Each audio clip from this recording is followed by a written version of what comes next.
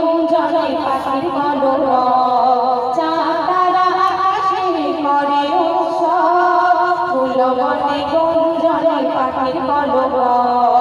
আসমান জমিনের মালিক মেরা, আসমান জমিনের মালিক মেরা, নিপুণ হাতে করলে তুমি এই দুনিয়া সব, সৃষ্টি তামাম গড়িলে জাহান, আল্লাহর দান আল্লাহর দান, সৃষ্টি তামাম গড়িলে জাহান, আল্লাহর দান আল্লাহর দান।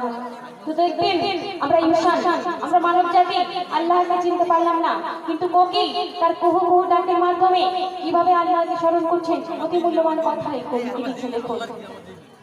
পাঁচ ওয়াক্ত মিনার হতে বয়ে যায় আযান, মুয়াজ্জিনের মিষ্টি বাণী তোমার গুণগান, কুহু কুহু কোকিল ডাকে মিষ্টি ভোরবেলায়, কুমানের আছো কোথায় হুমানি দয়াময়। পাঁচ ওয়াক্ত মিনার হতে বয়ে যায় আযান, মুয়াজ্জিনের মিষ্টি বাণী তোমার গুণগান, কুহু কুহু কোকিল ডাকে মিষ্টি ভোরবেলায়, কুমানে আছো কোথায় হুমানি দয়াময়।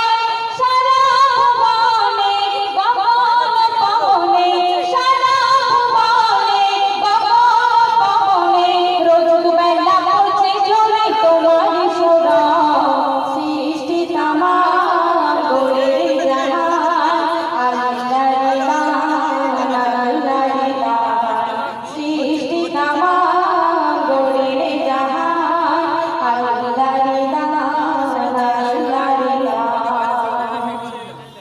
তো আল্লাহ তাআলা 18,000 মাখলুকাতকে সৃষ্টি করেছেন, আর সেই 18,000 মাখলুকাতকে 6 করে 3 ভাগ করে রেখেছেন।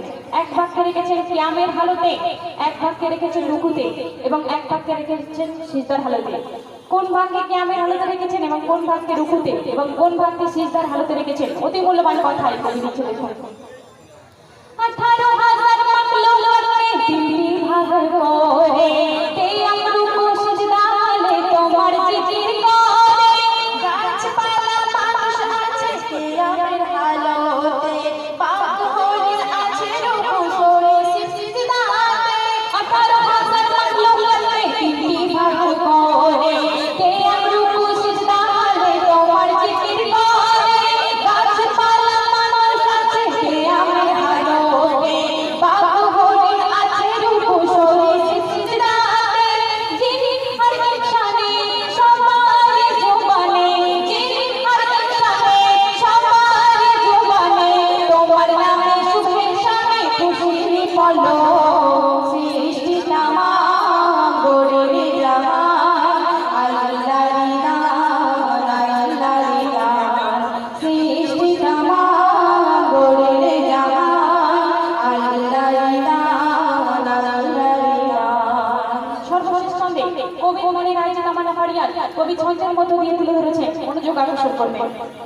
বিনা বাঁধনে ওই আসমানে চাঁদ-তারাদের মেলা, পানির উপরে ভাসে জমিন সুজলা সুফলা, মধু কেন মিষ্টি আর তেঁতুল কেন টক, কার ইশারায় কালো ভ্রমর সাদা হলো বক। বিনা বাঁধনে ওই আসমানে চাঁদ-তারাদের মেলা, পানির উপরে ভাসে জমিন সুজলা সুফলা, মধু কেন মিষ্টি আর তেঁতুল কেন টক, কার ইশারায় কালো ভ্রমর সাদা হলো বক।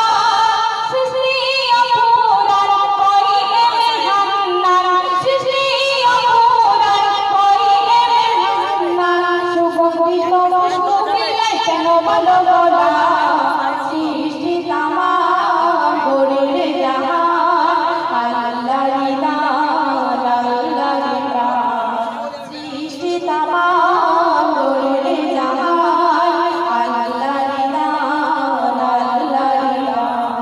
তো শুনলে পবিত্র হামদে বাড়ি পেলা, এবারে সুন্দর একটি নাতের আসন পরিবেশন করে শোনাবো, আর রিকোয়েস্ট করবো একটু মনোযোগ সহকারে শোনার জন্য। সুন্দর ঘটনামূলক কালা পরিবেশন করে শোনাবো, মনোযোগ আকর্ষণ করবে, আশা করছি ভালো লাগবে। সাউন্ডটা একটু ক্লিয়ার করে, মাইক মাইকটা যেটা জড়িয়ে যাচ্ছে না, একটু ক্লিয়ার আওয়াজ করে। আপনারা বুঝতে পারছেন বোঝেন? আসলে শুরুর দিকে আস্তে আস্তে সেটিং হয়ে যাবে। আর আমার মাইক মাইন্ডাররা সত্যি খুব সুন্দর অপারেটিং করছে। আর এখানকার পরিবেশ সত্যি খুব সুন্দর, আমি খুব মুগ্ধ হয়েছি। তো পবিত্র নাচের সুর পরিবেশন করে শোনাবো, মনোযোগ আকর্ষণ করবেন, আশা করছি ভালো লাগবে। আর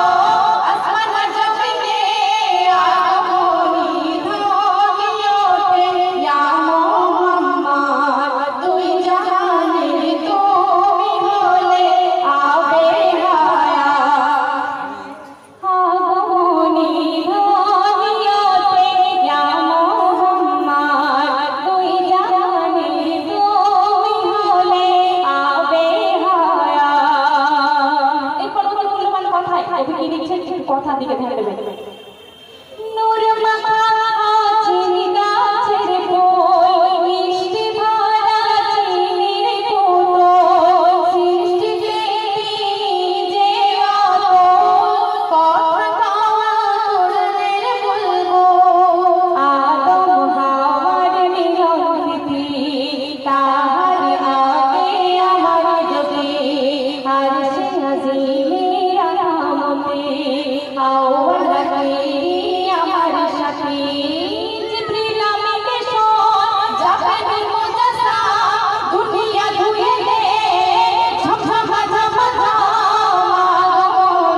দুনিয়াতে ইয়া মোহাম্মদ তুই জানে তুই হলে আবে হায়াত আগমনী দুনিয়াতে ইয়া মোহাম্মদ তুই জানে তুমি হলে আবে হায়াত।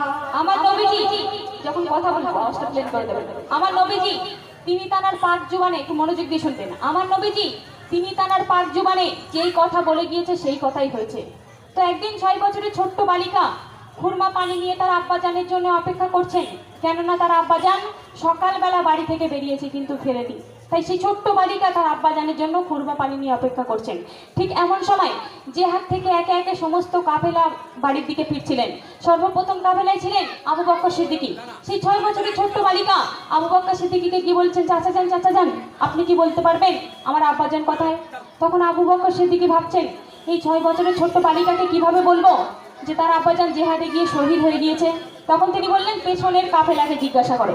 এইভাবে একে একে সর্বশেষ কাফেলা ছিলেন আমার আপনার নবী দোজাহানের বাদশা রাসূল করিম সাল্লাল্লাহু আলাইহি ওয়াসাল্লাম। সেই 6 বছরের ছোট্ট বালিকা নবীজির কাছে গেলেন এবং গিয়ে বললেন ইয়া রাসূলুল্লাহ ইয়া হাবিবাল্লাহ আপনি কি বলতে পারবেন আমার আব্বাজান কোথায়? তখন নবীজি ভাবছেন মেয়েটির মা ছিল না, যেই মাতা হারা 6 বছরের ছোট্ট বালিকাকে কিভাবে বলবো যে তার আব্বাজান শহীদ হয়ে গিয়েছে? তখন নবীজি কি বললেন, দেখো বাবু তোমার আব্বাজান পেছনে আসছে।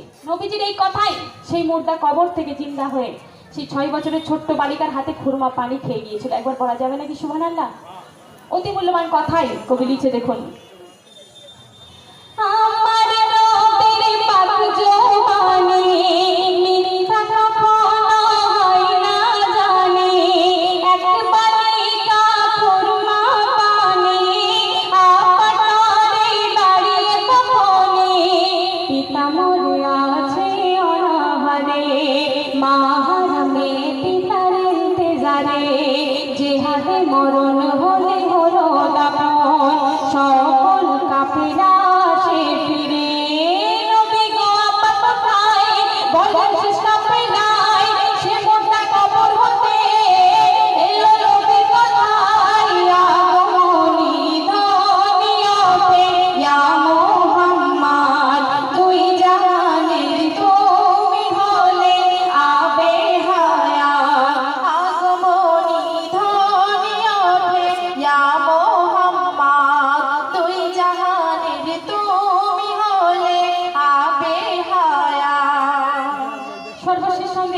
শ্রদ্ধেয় কবি তিনি তার বুক ভরা ফারিয়া ছন্দের মধ্যে দিয়ে তুলে ধরেছেন, মনোযোগ আকর্ষণ করবেন। কবি বলছে, আমার যখন হবে মরণ তখন লিখো মোর নবীর নাম, কলেমা শাহাদাত ফুল মালায় পরিয়ে দিও আমার গলায়। কবিতার বুক ভরা ফারিয়া ছন্দের মধ্যে দিয়ে তুলে ধরেছেন, মনোযোগ আকর্ষণ করবেন। আমার যখন হবে মরণ তখন লিখো মোর নবীর নাম, কলেমা শাহাদাত ফুল মালায় পরিয়ে দিও আমার গলায়। মোর ছোট সোনা কাপন ধরে বলে যেও না আবায় তিন করে,